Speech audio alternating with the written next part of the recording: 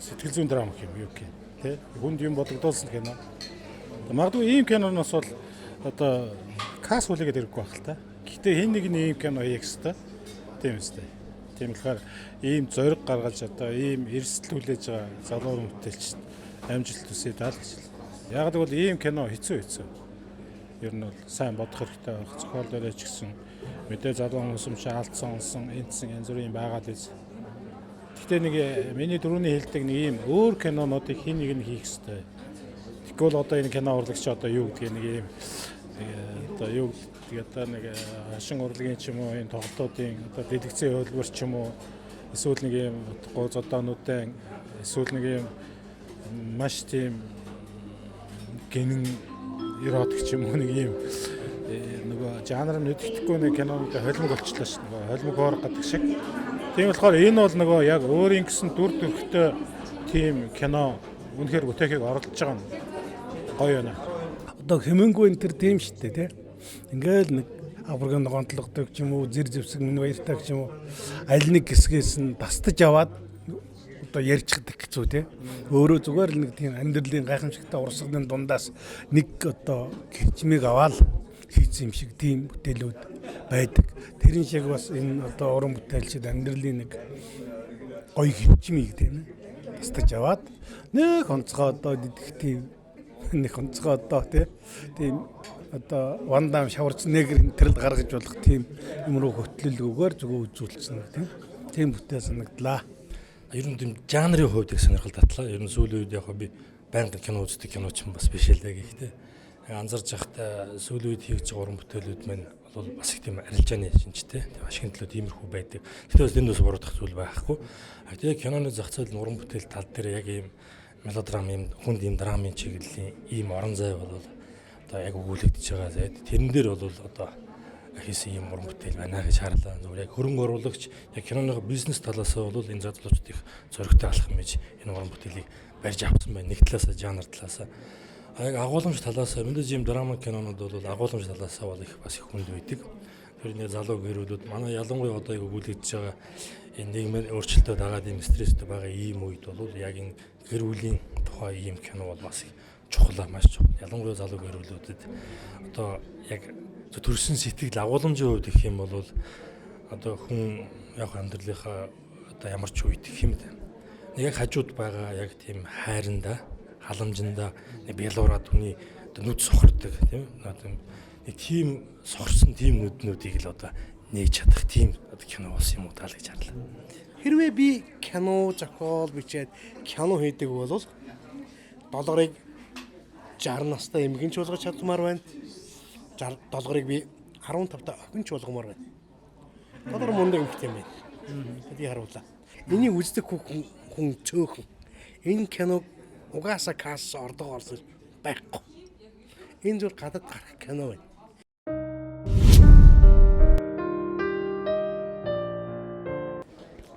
За юуны төрөнд болохоор би бас чин зөрөгтэй баяр хүргэмээр байгаа юм.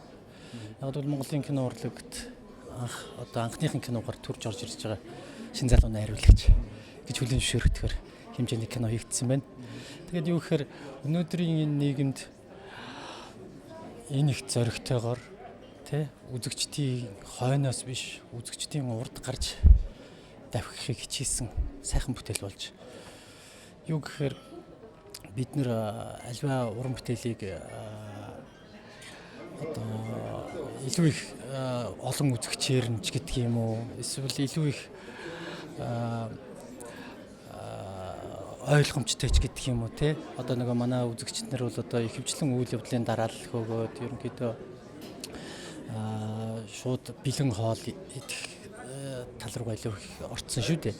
Гэтэл энэ кино бол илүү их тийм дотгошоогоо бөгөөд тэгээд хүн өөрийнхөө ертөнцийг тэгээд мэдээж гэр бүлийн хоёр хайр сэтгэл гэдэг ямар үнц юм. Хайр сэтгэл гэдэг үнц нь бол ердөөсөө маш жижигхэн зүйл төр тогтж идэг. Энийг бол одоо ард түмэнд ямар зөвхөн би өөрийнхөө үзэл бодлыг тулгаж байгаа юм биш. Тэгэхээр тэрний мөн чанарыг бол гайхалтай сайхан дуурсан. Тэгээд үнэхээр ингээд нэг дотоод дотоод мөн чанарын тэр шавхцсан тэр нэг утас тийм ээ та нар өнөөдөр үзсэн байх үнэхээр энд Дашдан Тугаахын хөгжим бол үнэхээр тэр төгөлдөр уурын тэр сойлууд бол үнэхээр гайхалтай байлаа. Тийм сайхан кино болжээ. Хүмүүсийг нэг татах гэсэн тий бүр нэг тийм юугаарч байт юм уу нэг эсэм ус юмар татах гал янз янзын кинонууд хийдэг шүү дээ. Тэгэлгүйгээр ингээд тийм амьдрал руу орж хийж байгаа нь бас их тийм юу санагдлаа л да. Сайн санагдлаа. Гэхдээ яг найруулагчийн тэр зохиолчийн тэр зорилго нь ингэж үлдээхтэй байсан болов гэж би зүгээр таамаглаж байгаа. Энэ киног үзсэн хүмүүс бол гараад нэлээд бодолд орох шинжтэй. Угаасаа гарч байгаа дөрүүд мөн өөрөө их тийм битүү хатуу дөрүүд байна. Ихэнх кинонууд бол иймэрхүү дүрийг урдлынх нь шалтгааны одоо тавиад өгсөн байдаг. Эсвэл өөрөөр нь яриулдаг, эсвэл цохолдуулдаг тий. Энэ дээр бол тэгсэнгүй. Хажуугаар нь туслах дүр тэр Батчгийн дүр бол энэ хоёрын хажууд маш хүчтэй дүр байсан. Уг нь бол тэр дүр байж байгаа утга учир нь бол энэ хоёрыг өөртөө байгаа тэр одоо шалтгаанаар даваасаа гэсэн хүсэл зохиолч ч юм уу байсан баг. Гэхдээ энэ хоёр давж чадсангүй. Энэ давж чадахгүй байгаагаараа юу хэлж байгаа гэхээр үзэгчдийг одоо үлдсэн юм авч явах тийм сэтгэл зүрэл үлдээж байгаа бол гэж би найдаж байгаа шүү дээ. Яг энэ дээр бол одоо яг сүүлийн үед эмэгтэй хүн бол ялангуяа нэг цэцэг шиг услахад юм бол улам нэлхраал улам одоо дэлгэрээд идэг гэдэг. Яг л тэр усыг бол энэ бүсгүй хүсэж байгаа. Харин залуу нөгч чадаагүй. Яг тэнийг харуулж чадсан кино гэдгээрээ надад бол их таалагдлаа. Гэхдээ би энэ залууг үнэлмээр байна. Энэ залуу анхных нь кино Чин зөргийг хэлж шүү дээ. тий чин зөрг найруулагч чин зөргийг хэлж байна л да. Анхныхаа киног ийм айхтар киногоор эхэлж байхад үнэхээр баяр хүргэмээр байна. Яагаад гэвэл энэ залуу кино ертөнцид анх удаа хөл тавихтаа мөнгөний кино хийсэн. Бас нэг хүмүүс юм бодоосоо үзээсээ дахиад нэг бодоод үзээсэй гэсэн тийм одоо бодлын маягтай тий хүмүүст юм ухааруулах гэсэн тийм кино хийсэн баяр хүргэмээр байна. Гэтэ энэ киног би энэ найруулагчаас илүү гарч хийж чадахгүй байсан. За Point Production шинэ кино театруудаар одоо гарч эхэлнэ. За энэ киноны хамгийн анхны үзэгч болсонтой би баяртай байна. За өнгөрсөн хугацаанд Монголын кино уран бүтээлчдийн маш олон кинонууд та бүхэнд хүрсэн. Тэгээ бид нар үзсэн. За энд адал явдал, инээдэм, за